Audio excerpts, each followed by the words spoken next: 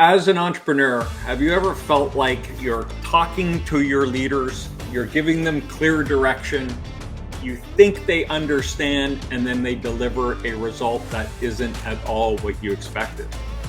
Well, it turns out that the way entrepreneurs think and the way their leaders think, if they don't have the entrepreneurial brain, might be very different. And you might need to change the way you communicate with them. How do you do that? We're going to learn how to do that today.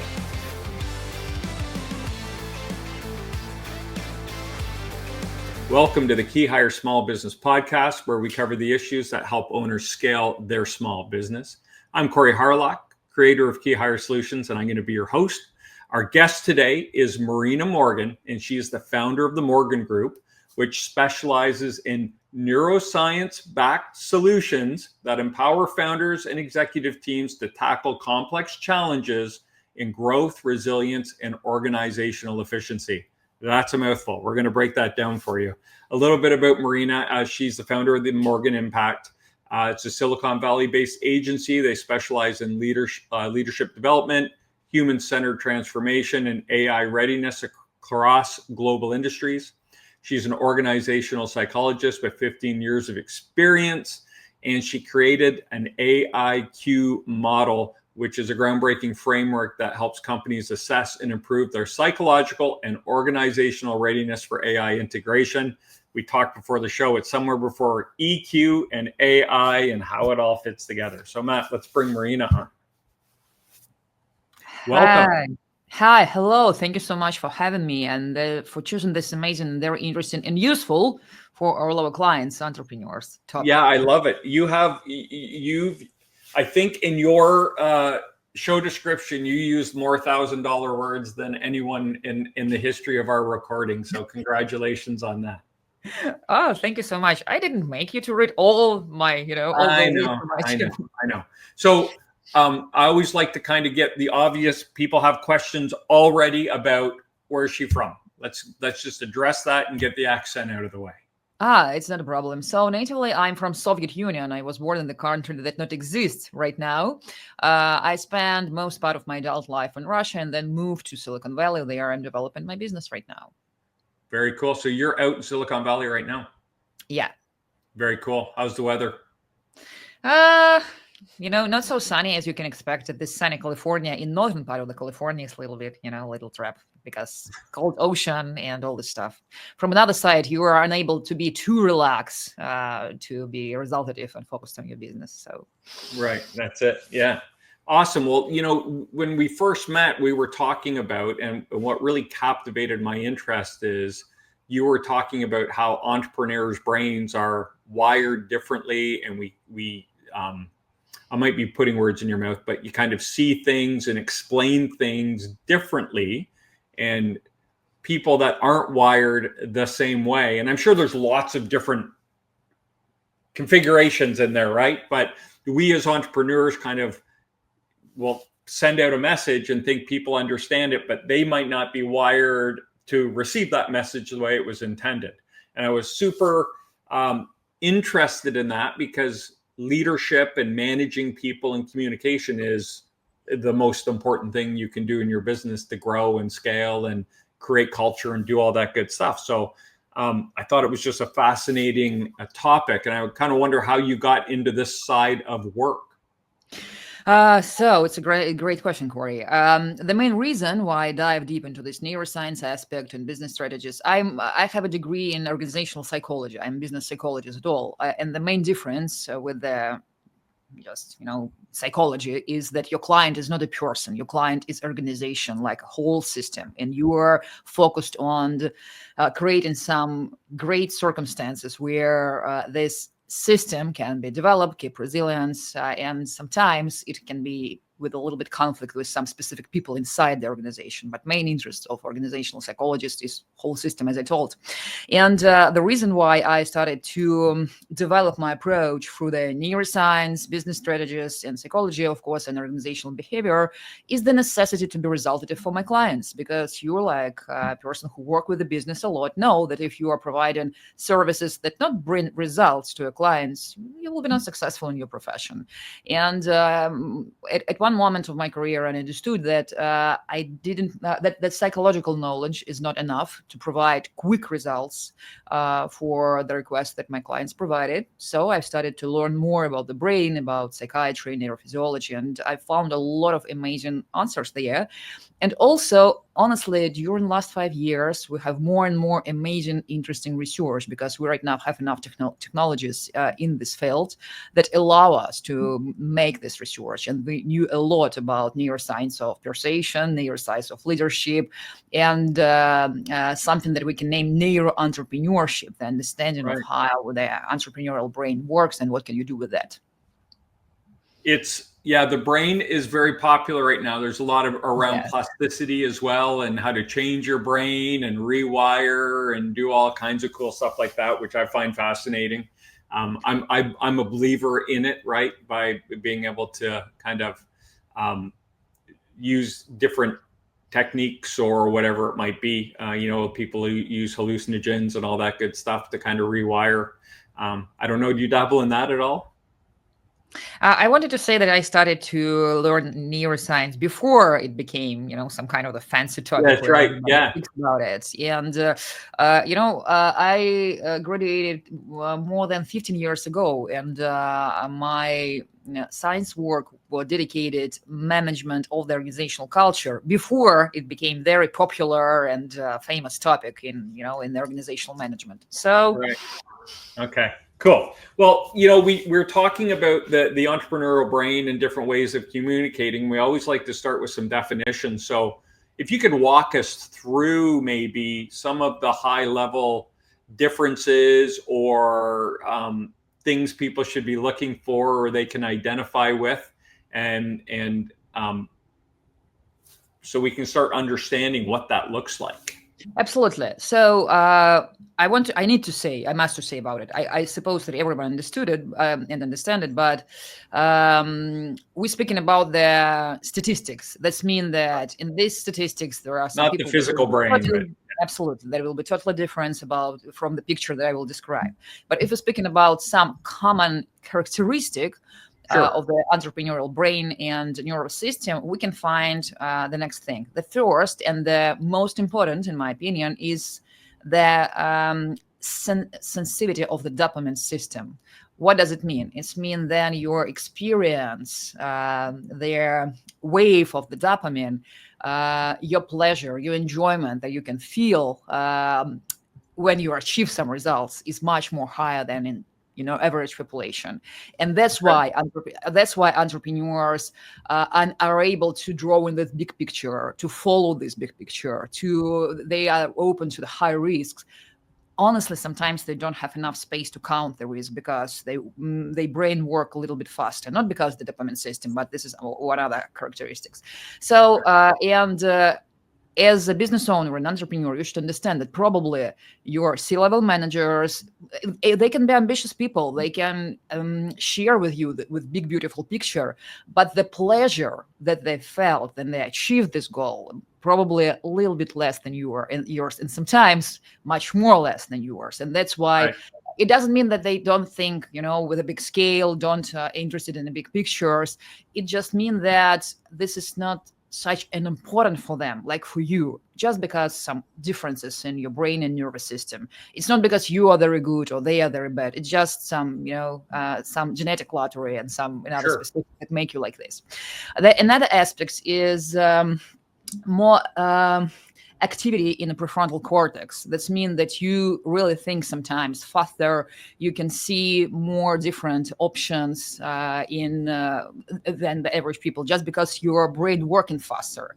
And the balance between the activation of your nervous system and calmness of your nervous system can be a little bit imbalance. I mean, for most of entrepreneurs that I met and that they can saw in numbers of our research, they become very, excited and inspired and very fast. They waking up in the morning and they're ready to run somewhere, just because for them it's much more easy to be excited than to feel calm. And for most of my clients, this is a problem: how to say yourself, just stop, take a pause, and get some rest.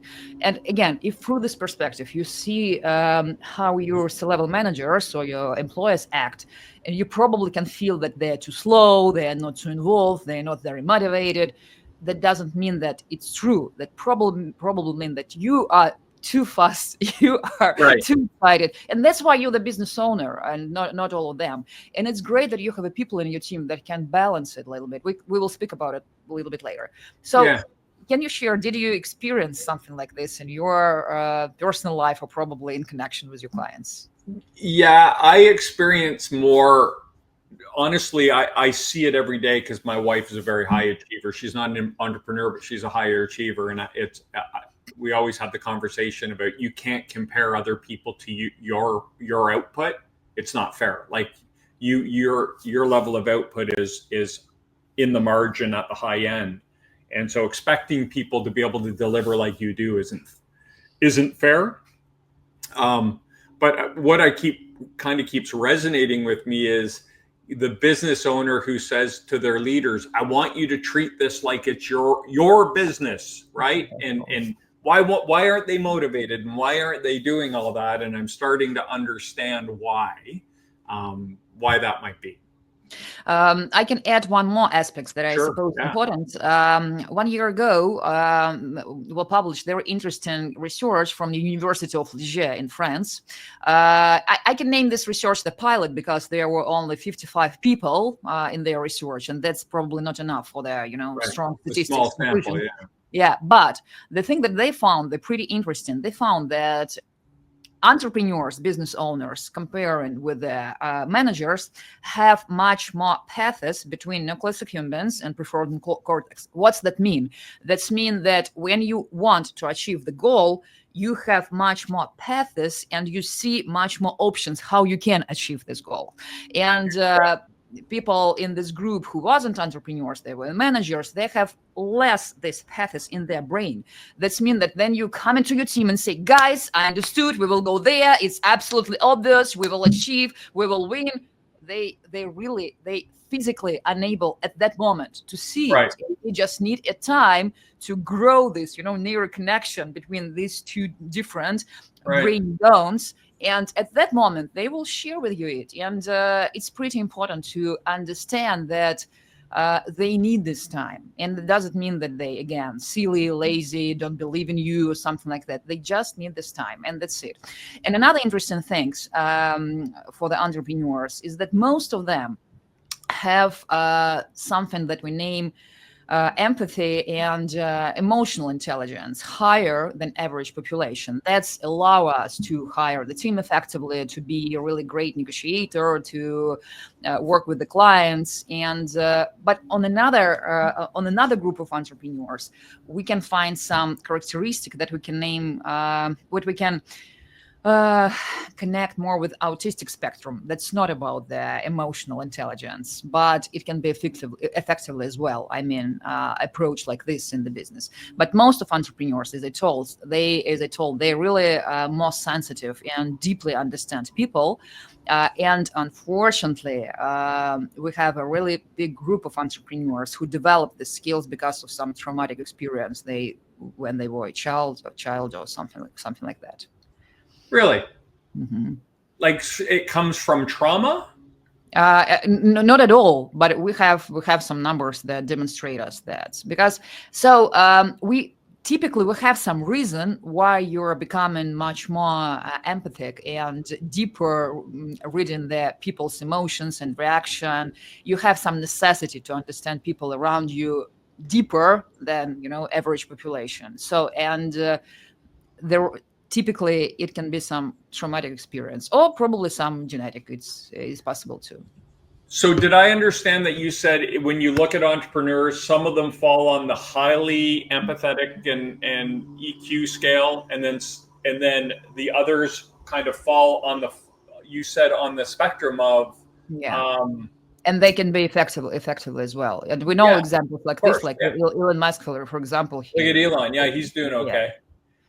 But not many of them fall in the middle. Is that what I'm understanding? Yes, absolutely.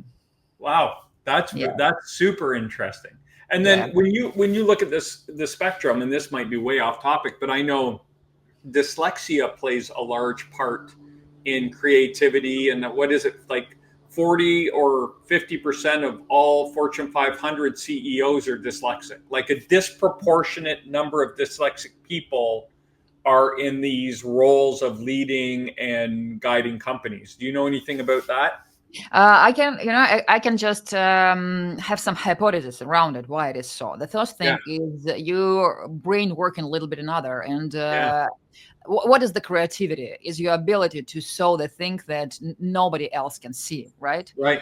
To see the things that nobody else can see. And another thing, just let's imagine the young boy or girl with dyslexia in the middle school or in high school. You need to be successful. You need to pass this exam, and the only one way how you can do it is, involved another student. Oh, that's interesting. And ask them to help you somehow. And it is the great case to developing of your leadership skills. Again, not at all, but my clients who had dyslexia, the entrepreneurs, when they shared their student experience or their high school experience, they told the stories how they, for example, involved some successful students to help them, just because it was very difficult for them to keep it. Yeah, but they understand the value of teamwork and how to motivate people and get them to do things, and that's really interesting. So let's go ahead, Marina. And how to work with somebody who are smarter than you, and how to be a leader for these people. It's really first experience that you can have in your high school in this situation.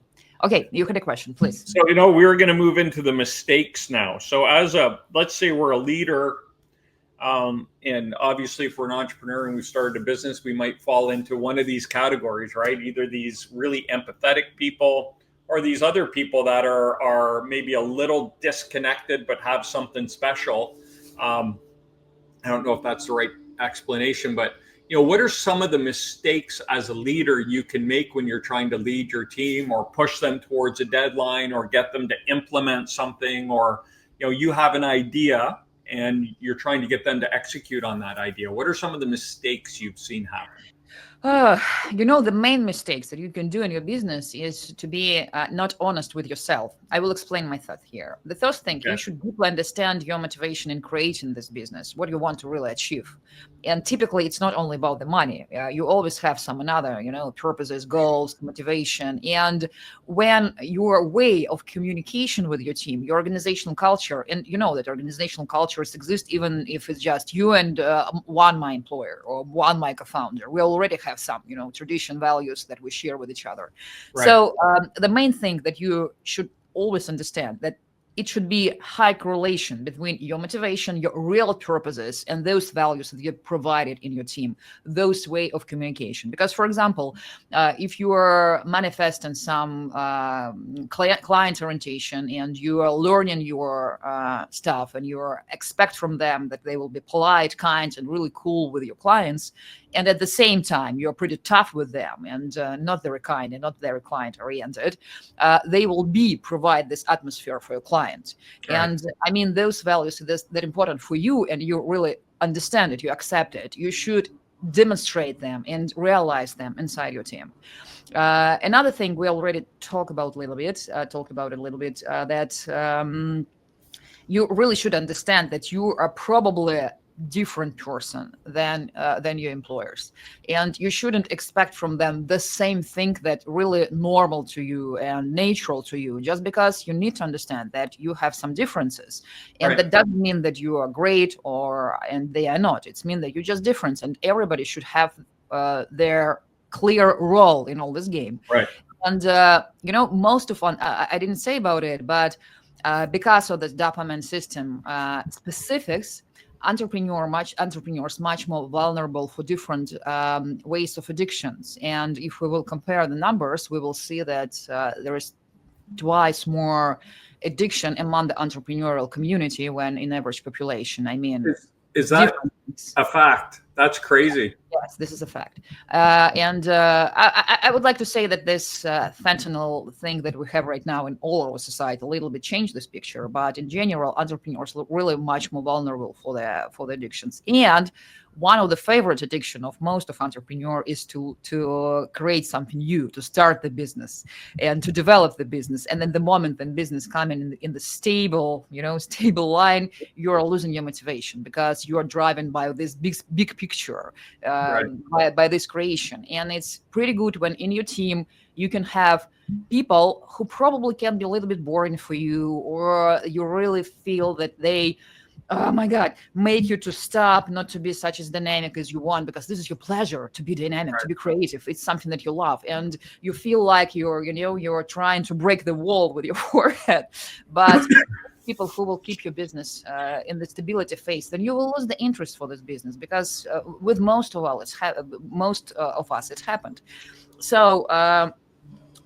Next tip that I can say here is please not expect the same dynamic from your team like you have by your own. Understand the specific. You can, you can invite some consultant for that, or you can just live with the idea that you are probably different, and try. It can be difficult, I understand it, and try to work effectively with the people who you probably don't like. I mean, who are not sharing with you this dynamic. Right. They don't have the same energy as you, or they don't have share your passion, maybe. Absolutely. Again, that doesn't mean that they will not be loyal for your business. And right. We can, dive deeper into all the things about the people, about the hiring, about how you can really create the great synergistic team. But this is another topic of a conversation. Yeah. And the most important part, in my opinion, you should understand that you, like a business leader, you are not only, source of some kind of inspiration or ideas or the strategies. You are the source of the emotional atmosphere in your team. And in January of this year, 2025, we published pretty interesting research that provide the information that the way how leaders communicate with the team are really changing the biochemistry inside the employees' body. I will share it with you. It's really brilliant. So what do you mean by that, though? The way the leader communicates change the biochemistry of the employees, or absolutely. The leader, or both? All the employees. Okay. And I will send it to you. It's really fantastic. And two factors influence for that. Those words that you're using in your communication with your employers, and those emotion that you provide for these words. And it's really impressive. Corey, all of us know that, leaders really influence for the atmosphere in the team. We know it from our experience. Yeah. It sounds obvious, but right now we have some neurophysiological data that explain us how it works and why it is so. And it's pretty interesting and impressive. The research really, really cool. So Marina, just quickly, with that research, now you got me thinking about this.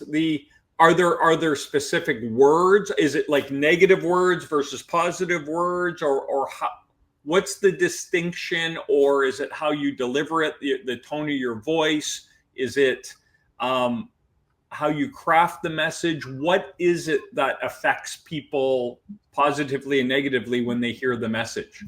Absolutely. Let's make one. Sorry, I put you on the spot because you brought it up, and now I'm like, oh, this is really interesting. If I will try to explain it in a simple way, yes, you're absolutely right. When you are speaking with your team through the positive way of shaping your ideas and your feedback, it makes them feel better. It makes them feel better.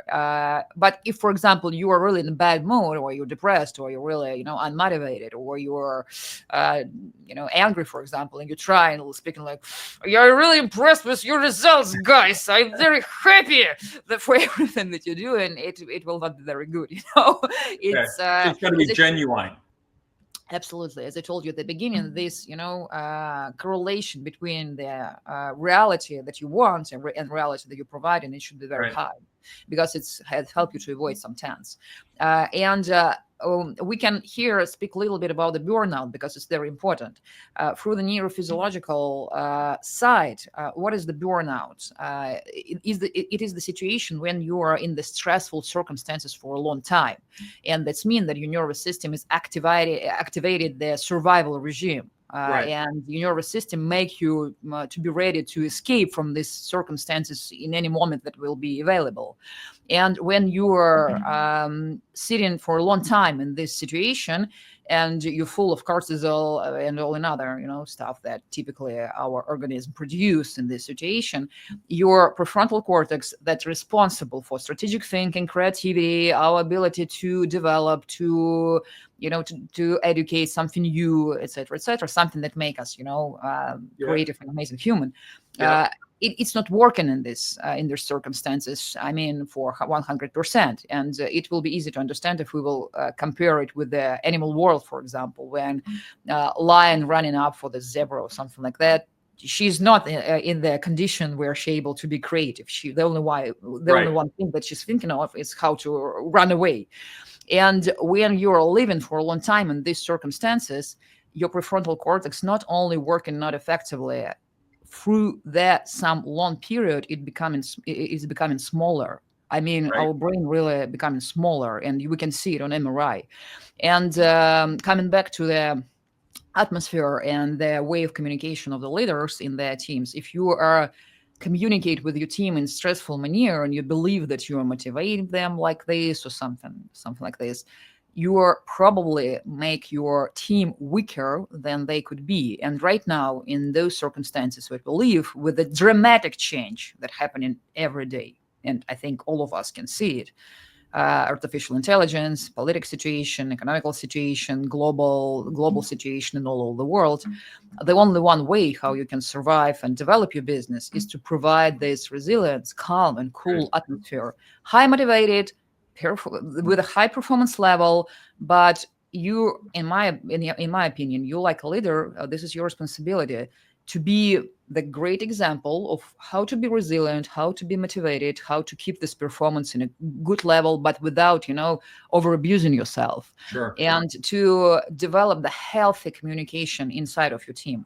I read the research a couple of days ago that 82% of employers in all the United States companies saying that they more or probably one or probably more times in their experience felt something that we can name toxic communication, toxic organizational culture. So this is the real numbers and you really need to understand and be honest with yourself. Really, you are creating this healthy atmosphere in your team, or probably your employees not trust you enough to share those things that they really think about what's going on, how you can improve your business, or I don't know, what's going on in your communications. So couple things. You talked about culture way back, and you said, it's whether you have one employee or 10 employees, you have a culture, right? You've created that culture. And we always talk about that, how culture is not words on paper stuck on a wall. What culture really is you as the owner, your values and the way you behave. And every culture is a good fit for someone.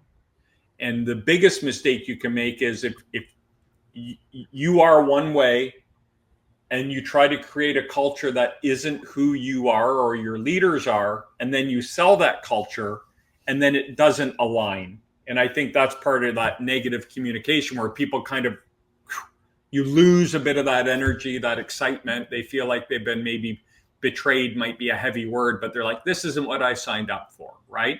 And then you talked about that toxic interaction.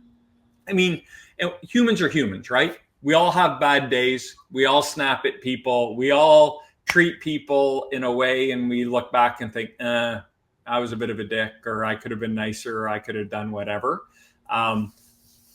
So I don't find it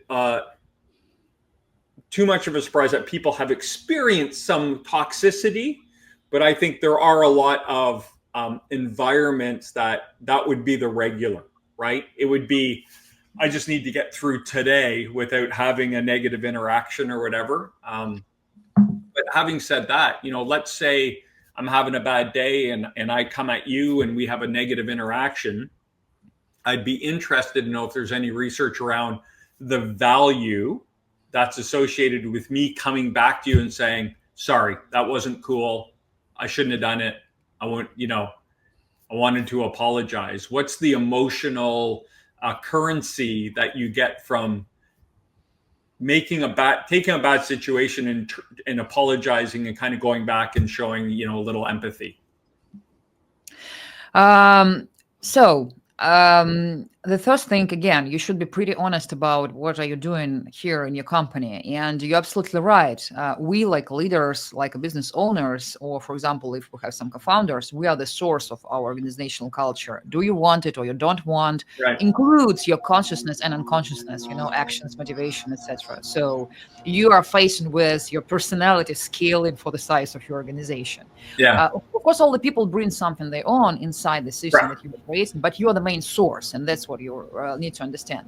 And for example, if you are an achiever, you shouldn't be honest when you're hiring people that, guys, we're here, not a family, we're not playing all this game, we're here not to save the planet or something like this. We just want to make money. And if you are sharing this value with me, if that's right, something you want, you are absolutely welcome. If you're honest with and upfront with me about that, and that's not my value, I'm going to say, no, thank you, not my bag, right? And that's great, because you're not going to waste time bringing someone in and finding out 6 months down the road we don't share values. And that's kind of what I was saying. Every environment is perfect for someone. You just have to be honest about your environment and let people say, hell yeah, I'm in, or hell no, I don't want to be there. But so many people try to make it gray because they don't want to upset someone or they don't want to miss out, whatever it is.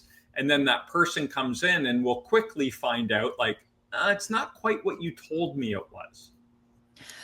Yeah, you're absolutely right. And this is the first step here. And this is, necessary step. And I think it's not only because we don't want to be bad or good guys. It's because, I think 10 years ago, maybe even more, it was pretty, popular to develop your management through the mission. You should start your organization vision, with the mission, with the values and all the things. But it's really not necessary, not for all business. If, for example, I baking the cakes and selling them, okay, what is my mission? To make people happy? Probably. But yeah, I think you understand what I'm talking about. The another thing, you should be predictable for your employers. And this is very important. They should see the patterns, and that's what make them feel stable in your circumstances. And for example, if you are more or less predictable for them, and something happened, like it was a bad day, you were too angry, they really need to understand what's going on and feel okay with that. For example, some of my employees, they ask sometimes, okay, it seems it was a bad day. What can we do? Can we help, or we just need to focus on our tasks, or we can work together in the situation with the clients that we have, or something like that. Right. And another thing that I'm providing in my team, probably it's not for all the people, but it's very important for me. I prefer to work with the people who. For whom freedom is their value. I mean, who not just depend on me. They're pretty professional and they have a lot of different offers on the market. And I feel cool because I know that they're choosing me and they're choosing to work with me. And this is my approach. You can develop your organizational culture like a family type, but you need to understand what's that really mean. If you are the family type organization, that's mean that you provide in family values in all the levels. And for example, if you're financial director have a problem in your family, if you're a family type organization, you should say family is our value, so please take a day off and go to help your relatives or whatever it is. Because if you're a family, but only if we're speaking about the company interests, it's not working in this way. So your family here, we'll take care of our family here, but when it comes to your family, no, I need you here working at our family, right? That doesn't align.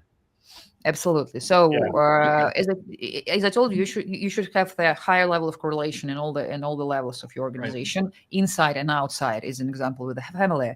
Be honest about what you want, what you expect, and what is your values. I think it's important to create the space where your people can provide you some feedback about what's going on with the clients, what can we do better, without some fear that you will be angry, you don't like it, because it's pretty important to have this connection with your Yeah. team. You can organize it in a different ways, but for example, in my team we have one-to-one hours with most of my employees during the week, and this is their time. This is their half an hour where we can discuss with me everything that they want, personal, professional, some business stuff, whatever it is. But they know that every week they will have this time when they can speak with me about different things. And also, one time per month we have some kind of the brainstorm where we just come together and sharing different ideas, feedback, something new, insights, interesting, etc. And this is the part of the rituals that you create and that's make you predictable for your employees. And this is the good thing that works. Very cool. All right. So Marina, we're at the advice section. So other than calling you, if there's someone out there listening about, man, I want to learn more about this. I want to understand how to be a better communicator based on this information. What are the top 3 to 5 pieces of advice you can give them to kind of get them moving in the right direction? Absolutely. It's a really great question. The first thing that you need to understand is that your must to take care about the main resource that you have is yourself, because without it, everything else will not work. What I mean, the healthy brain and healthy nervous system make the healthy choices, develop healthy strategies, and creating healthy products, and providing healthy communication. And I have a guide for all the entrepreneurs with some summary of different research about the differences in entrepreneurial, non-entrepreneurial brain, some list of the lab tests that you need to monitor in probably one time per year or something like that, and some devices that you can use to, for example, tracking your activity, sleep, whatever you need, because you need to manage this system yourself with the same level of responsibility like your business, because without you, it will not work, specifically on the first steps if you have a small business or if you just open your business, etc. And there are a lot of different tips inside of it, but the main thing that you need to understand: healthy brain, healthy nervous system, make healthy decision and provide healthy way of communication. Another thing that important for all of us includes the entrepreneur. You should learn your nervous system to feel the same enjoyment through the process like through the results, and it can provide you the various of the tools that you can use in your business development.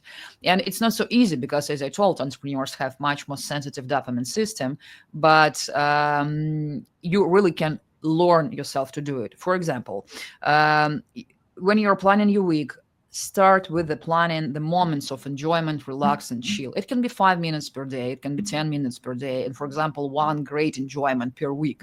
But when you're planning this week through this, and anything can happen, but you spend these 10 minutes per day to do something that you really love, and it's not about the results. It's, for example, about, I love the feeling of the cold glass of water in my hand. I'm enjoying the smell of the fresh beef on my grill, whatever it is. It can be absolutely different thing. Those things right back there. I see it. I see it. It will be my next tip about things like this. So you should plan it and you should do it, and you should learn your nervous system to make the decision through the enjoyment. And one day when you will need to make the decision in the pretty tough circumstances without enough information about what's going on, you already will know the language of your body, what will help you to make the best choice in those circumstances what you have right now. So are you referring to kind of your posture and just like hearkening back to that moment when you're enjoying and maintaining that posture to help your decision making? Yes, it really worked like this. Yes, I agree. I think that's a great point. I have a video on my YouTube channel about the correlation between enjoyment and motivation, between the endorphins and dopamine, and it's just for 15 minutes. You can just watch it, and I'm explaining there why it is important for entrepreneurs and not only.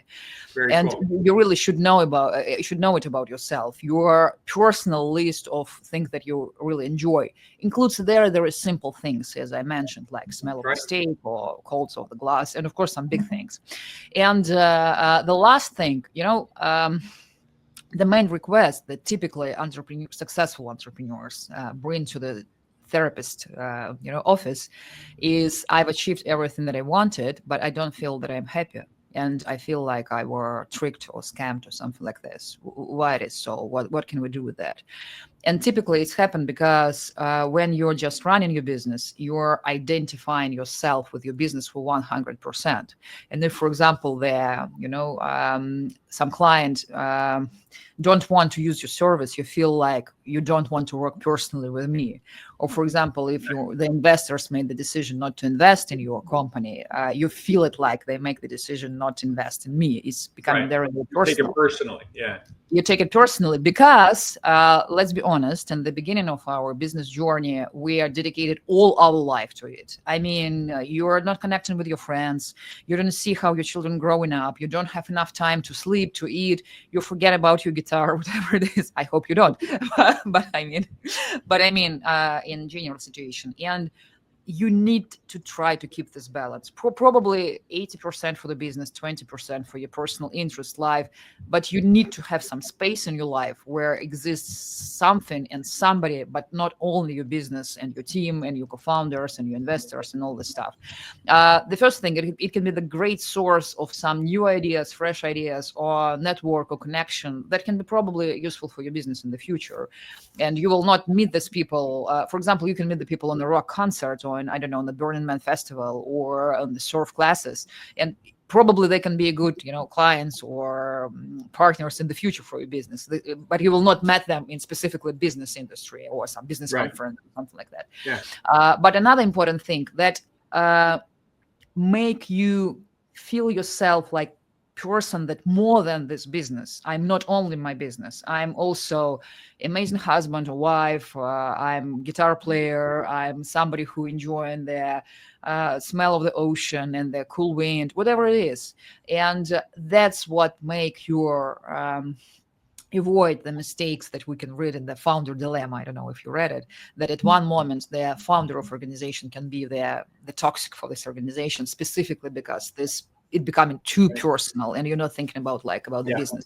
So be focused always to be something more than just the amazing business owner of your business that I pretty understand very important for you, but it will be better for your business kid when you will be somebody else instead of. That's very cool. That's great advice. Thank you.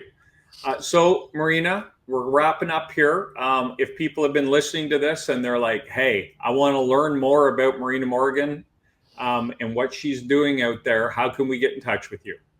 Okay, great. Thank you so much for this opportunity. So you can come to my website, themorganimpact.com, and I have great. And I have the free half an hour personal strategic session for all the entrepreneurs where we discussed what's going on, what you can change, and this is some kind of assessment of your patterns of thinking, your strategies, and feedback from professional like me.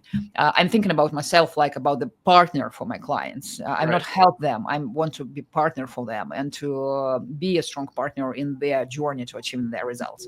So also I'm always happy to share different research on my LinkedIn page. And thank you so much. Yes, Marina Morgan. That's Matt. That's all Matt. Yeah, Matt, thank you. And you can follow me. You can connect with me, ask any questions. I'm typically posting there different interesting research with some kind of my opinion from my experience, and it can be really useful. And also I have a YouTube channel, and sometimes I'm recording some videos there about the tips for the entrepreneurs, about the entrepreneurial brain, etc. Well, that's great. Thank you so much for your time today. I'm so happy we were able to have this conversation. I think it's super interesting information, and thank you for sharing it with us. All right, there it is. She is, Marina Morgan. I'd like to thank you guys for tuning into the KeyHire Small Business Podcast. If you got value out of today's episode and you want to keep up to date on our new content, follow, subscribe, do whatever you have to do to the YouTube channel. Leave us a comment. Let us know what you think about it, or even leave us ideas that you want, subjects you'd like us to talk about. We're here to talk about things that will help you in your small business. If you prefer to listen to your podcast, you can find us on Apple, Spotify, or whatever your favorite platform is.